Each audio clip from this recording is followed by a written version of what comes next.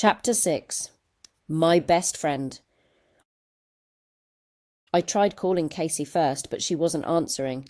It went straight to voicemail. Who were they, and who or what were they there for? I said aloud. Her message made no sense whatsoever. Come on, Casey, pick up, pick up, pick up. I was getting impatient. I tried calling again. No answer. Next was Hunter. It rang. No answer. For fuck's sake! I shouted. I had a bad feeling in the pit of my stomach. Hugo was next. I hoped for everyone's sake that he answered. Hello, he answered, sounding in a panic. Hugo, what's wrong? I said abruptly. What's going on? It's Casey. What about Casey? What's happened? My heart started racing. There's been an accident at Cinco Chicas, he replied. What kind of an accident? I asked. The adrenaline was racing around my body, fueling me to drive faster and faster. I didn't know where I was heading, so I pulled into a side street, hitting the curb by mistake and narrowly avoiding a flat tire. I sat waiting for Hugo to explain what the hell was going on. Hunter is with her, but it's touch and go. What do you mean? I was becoming impatient with Hugo. She was meeting Hunter for lunch. She popped into the club to get something on the way. I have no idea what. I asked her to watch the bar for me for 10 minutes whilst I dealt with one of the deliveries. I thought it was our normal spirit supplier, but they were asking for Sarah. That's all I remember after telling them that she wasn't there. I must have been knocked out as everything is a blur. I woke up lying in a pool of blood from the back of my head. I think they broke my nose too. I rushed up to the bar as soon as I came round, but when I got there, Hunter was leaning over her, calling an ambulance. He had so much blood on his hands, and she wasn't responding. Hugo was shaken. I had never heard him in so much of a panic before. CCTV, did we get anything on it? I asked quickly. Nope. Every camera smashed and all the data deleted. I normally have a cloud recording that goes to my mobile, but that is blank as well. I don't know how, Esmeralda. I will need to speak to the firm and see if we can get anything prior to them being destroyed and sent to my email. But professionals planned this. They knew what they were doing. Where have they taken her? I asked. Straight to St. Thomas's Westminster Bridge Road. Hugo went silent. I'm sorry, Esme. I'm so sorry. I tried to... She's in a bad way. I don't know if... Don't be silly. You did your best. It's not your fault. I'm heading there now. I paused. Hugo? Yes. Are you okay? I was in a state of shock and wasn't thinking straight. I mean, I heard you say Casey had been rushed to hospital, but I didn't stop to ask if you were all right. I cleared my throat. Is Hunter... I mean... I'm fine, Esme. Hunter's fine. It's just Casey. There were 2 ambulances. One patched me up while the other took care of her. A bit of a bruised ego, but otherwise all good. I do need to speak to you about Sarah, though. She's at the centre of all this. I know she is. She must be. Samuel doesn't know anything about it yet, but he needs to know, Esme. It's her fault she's... I mean, if she doesn't make it through... If Casey... Hugo couldn't get the words out. Oh, trust me, Hugo. Both Sarah and Samuel will know about this. I slowed the car as I approached a set of traffic lights. Right, as long as you are okay, I'm on my way, and I need to put it in the sat-nav. I will call you as soon as I know more. My mind was trying to focus on doing several things at once. Please do, Esme. I hope she pulls through. I'm keeping the club closed tonight, so as soon as I have cleared up the mess, I will head there too. Hugo ended the call before I could thank him. The postcode was in, and I raced to get to her as soon as the lights went green. The next 30 minutes were a blur. All I could think of was Casey, one of my best friends, and she was in hospital because of Sarah. Potentially because of me. I didn't even know what state she was in, or whether she would pull through. If Hunter was by her side, that was all that mattered. Breaking every speed limit I could, I tried finding the entrance to the main underground car park, as close as I could to accident and emergency. I passed through the barrier but drove round and round trying to find a vacant space. Come on, come on. Any space will do. I gripped at the steering wheel of the most unpractical car, as if talking to myself was going to make a space appear any quicker. I swung into the next available slot and practically ran out of the car park, across the zebra crossing, and to the main reception area, my handbag full with Andrew Faraday's belongings rattling around from within. The adrenaline of getting to Casey as quickly as I could stopped me from moaning about how extremely heavy it was. I glanced around the reception area, but all I could see was a sea of people either in pain or who appeared to be in a state of shock, bodies lying on the floor, clutching at body parts or moaning in agony. I joined the formal line to speak to a member of staff behind the desk, but I had a deep-down sense that I wasn't going to be seen any time soon. All I wanted to know was where she was and if she was all right. "There she is," I said to myself, just as I was about to have a meltdown. The familiar face I needed, and who looked just as lost and afraid as I was. Amy. She leapt from her seat as soon as she saw me and ran over, both arms thrown into the air and the tightest of hugs. "Oh, Esme, it's so good to see you. I have been beside myself." She gave a pained expression. "How is she? Have you heard anything?" I asked, my hand still on her shoulder. "No, nothing," she said, shaking her head. "The only thing I know is that she was taken for an emergency CT scan. She was unconscious when they found her at the club and had suffered a serious blow to the head. The worry was that she could have bleeding on the brain. From the CT scan, they will assess how bad her brain injury is.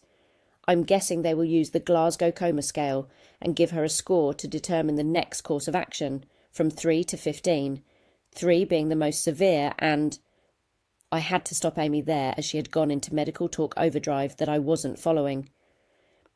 "Amy, what I really need to know is, will she pull through?" I asked, my body trembling. "I just don't know." Amy's eyes were overflowing with tears. She couldn't hold them back any longer. My phone was in meltdown with vibrations and notifications. I could feel the messages, calls and voicemails piling up. "Samuel. Esme, where are you? I can't get hold of you, X. Hunter. Sorry, Esme, can't talk right now. Will call you as soon as I can. At Sir Thomas's. Hugo. Please let me know as soon as you can. H." One by one the girls started to arrive. Emotional hugs, tears and panic filled the room as we all stood waiting for any sight or sound of news. The hours passed. We grew more impatient and more worried by the minute. We had witnessed a fight between two gentlemen over an empty seat before security removed them both to opposite sides of the waiting area. Neither of them now had a seat. One woman had lost her temper with the reception staff for not allowing her access to the ward where her sister was. One patient with a severe laceration to her arm couldn't stop the bleeding, so she had been whisked away, and another patient had passed out on the floor. A team of medical staff came to his rescue, but being in this room for just a few hours left me thinking. I tended to moan about the line of work I was working. It was stressful. I worked long hours on some projects. I had definitely worked well into the midnight hours when working for the government. But overall, the money was great, I was treated fairly, and I couldn't say that I was overworked. The staff here were rushing around all over the place. It was a matter of life and death, and the frustrations they were faced with daily from people walking through those doors was immense. How anyone could cope with that for weeks or even years was beyond me. "What the hell happened?" Samuel called me, asking for answers. "We don't know exactly. Just that Hunter found her in a pool of blood at the club. It has been smashed to pieces. Hugo was also hit and has a broken nose. I'm being told that they were looking for Sarah, but right now my priority is Casey," I blurted out in an unstable manner. "Okay, I'm on my way," he responded before hanging up. Just as I was trying to piece all the events from the day together, as if being greeted by an angel, Hunter walked through the automatic sliding doors. He looked broken. His hair was askew and clothes a creased mess. I had never seen him in such a state, not even when I would find him drunk on my sofa in the early hours the following morning after a night on the town. He almost fell into my arms. "Oh, Hunter, is she okay?" I sniffled. He looked at me, his eyes pained. I really don't know, Esme. She's not good. He stared past me and into the ether, frozen, not moving a muscle.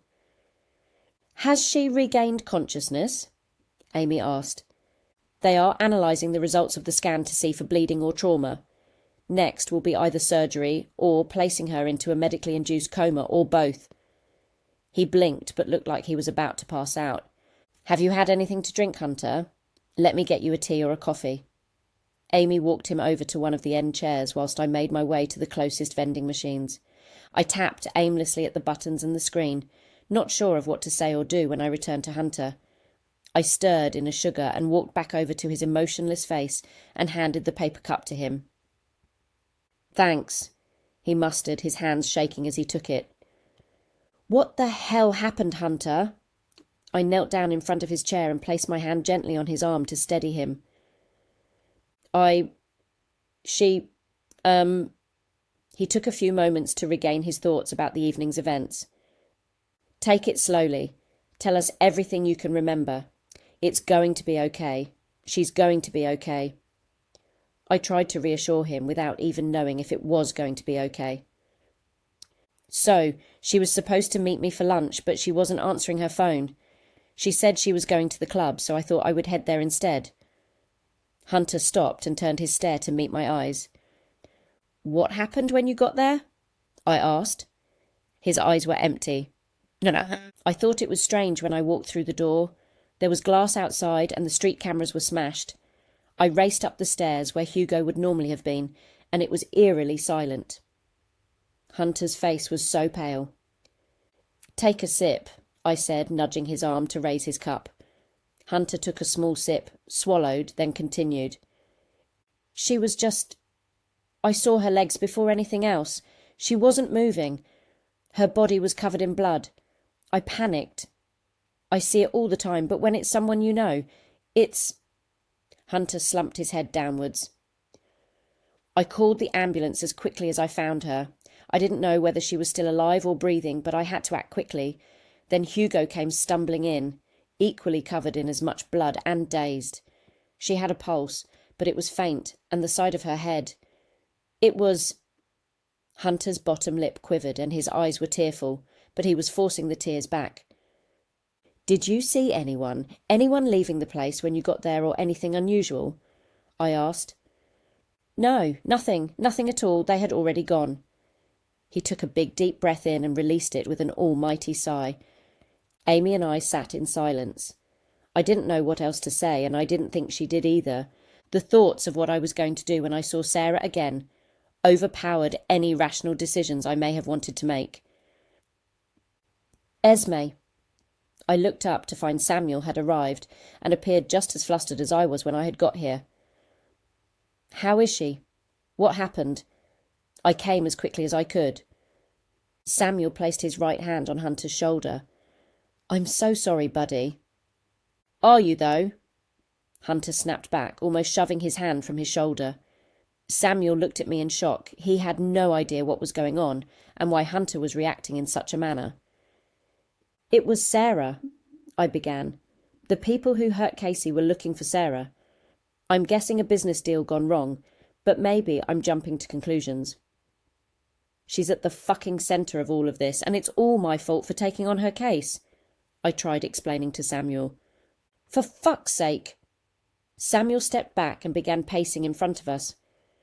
Of course she was behind this. She always is. She has some explaining to do. I will find her, if it's the last thing I do. He looked just as furious as all of us. Let's sort her out another time. The main thing is that Casey and Hugo are okay, right? I glared at Samuel, prompting him to compose himself and focus on Hunter. Yes, of course, Hunter, what can we do? He said. Nothing. There is nothing you, I, or any of the girls can do right now other than pray that she gets through this. Hunter looked up and waved his hands at all of us. Sorry, mate, I didn't mean to take a pop at you. I'm just tired, and it's all a bit much. I feel so helpless while she is in there. Of course you do. Why don't you get some rest, and we will be waiting right here for you when you need us. Samuel tried to make everything okay as he always did, except this time I don't think he could. Yes, well said, Samuel. Hunter, have the nurses provided you with somewhere to stay overnight? Amy asked. Do you want me to speak to the consultants and see if I can get a bit more information, shed some light on her situation and keep a close eye on her? I'm happy to stay on the ward with you if you need company.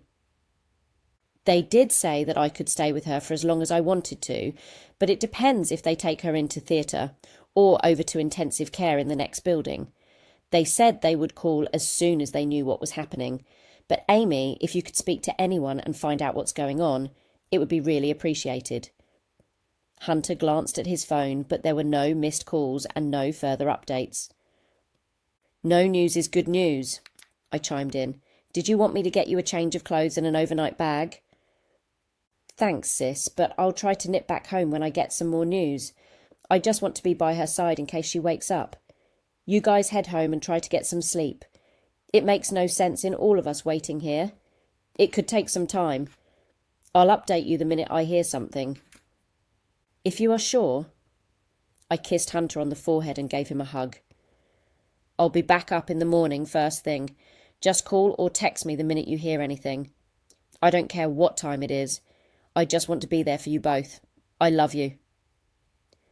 Amy, Samuel and the others all gave him a hug too and left him to walk back to the ward. It felt like he was going away on a trip and we were wishing him luck. I looked back a couple of times, worried at the state he was in but clearly recognising how much she meant to him. Amy and I walked back to the hospital car park arm in arm. Samuel trailed behind in silence. Molly stayed for a little while longer but then left shortly after. She will be all right, won't she? I turned to Amy. Of course she will, she replied. You call me the minute you hear something and I'll do the same. I nodded. Sure. We were just about to leave the hospital when Tilly and Hugo appeared. Oh my God, Esme, Amy, how is she? Tilly asked. Hugo and Samuel shook hands and exchanged a few words to one side of us. I couldn't quite hear what they were saying as it was a low whisper, but I imagined Sarah was a feature in some shape or form. I think I might stay at mine tonight, just so I'm close to the hospital this evening, I said. You ladies are more than welcome to stay over tonight, and I'll head back in the morning. I glanced over at Samuel before I received a response from Tilly or Amy. He looked shocked that I wasn't heading back with him, but I was hoping he would understand. I needed girl time this evening, and besides, it was the perfect opportunity for us all to be together when we needed to be. Yes, please, Esme. I don't think I can sleep anyway, not knowing she is there and we don't know what's going on. Tilly accepted, so did Amy. Hugo and Samuel both headed home. He gave me a kiss on the forehead and assured me that he was going to pay Sarah a visit and find out what on earth had happened this evening. He needed answers, and so did we all. Tilly, Amy and I made our way back to my apartment. Molly joined us shortly afterwards. Only this time it didn't feel like it used to. Yes, there were a lot of memories, and I still felt attached to my place, but it was like seeing an old boyfriend I had grown apart from. Not all the memories that had taken place there were good. I flung open the door. It smelt damp. It felt empty and small. A part of my history was slowly fading away, and it was time to eradicate it completely. Time to move on. I reached for the light switch. The girls passed me and made themselves at home. I stood in the doorway for a while, peering round the room for a few minutes before joining them and slamming the door behind me. Only this time it definitely wasn't the same. Casey wasn't here. Samuel wasn't with me. I stared as their mouths moved in conversation, but I wasn't listening to anything they said.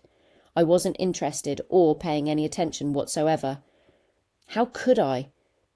My phone buzzed. It was probably Samuel. I bet he was checking how we all were and to say he had talked to Sarah. I didn't want to know what she had to say. It was irrelevant. It buzzed again. I thought I should answer and pick it up. And again, I grabbed my phone out of my pocket and went to answer, but it wasn't a missed call. It was a message from Hunter. Woman dies in horrific car accident. It was preceded with a link. I should have let it wait till the morning. I should have put my phone down, ignored it, and continued with the ladies, but instead I walked to the kitchen. knowing that there would always be a bottle of white wine in the fridge. I opened the door, grabbed one of 2 bottles out and reached for 4 wine glasses from the cupboard. My attempt at multitasking was to click on the link Hunter had sent me, whilst I opened the drawer to reach for the corkscrew with one hand and then pick up the bottle with the other.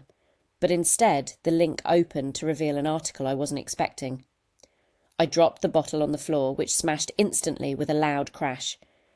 Tilly, Molly and Amy both looked up in shock. The bottle bled wine across the floor, glass shattered everywhere. My eyes frozen on the article. I couldn't move.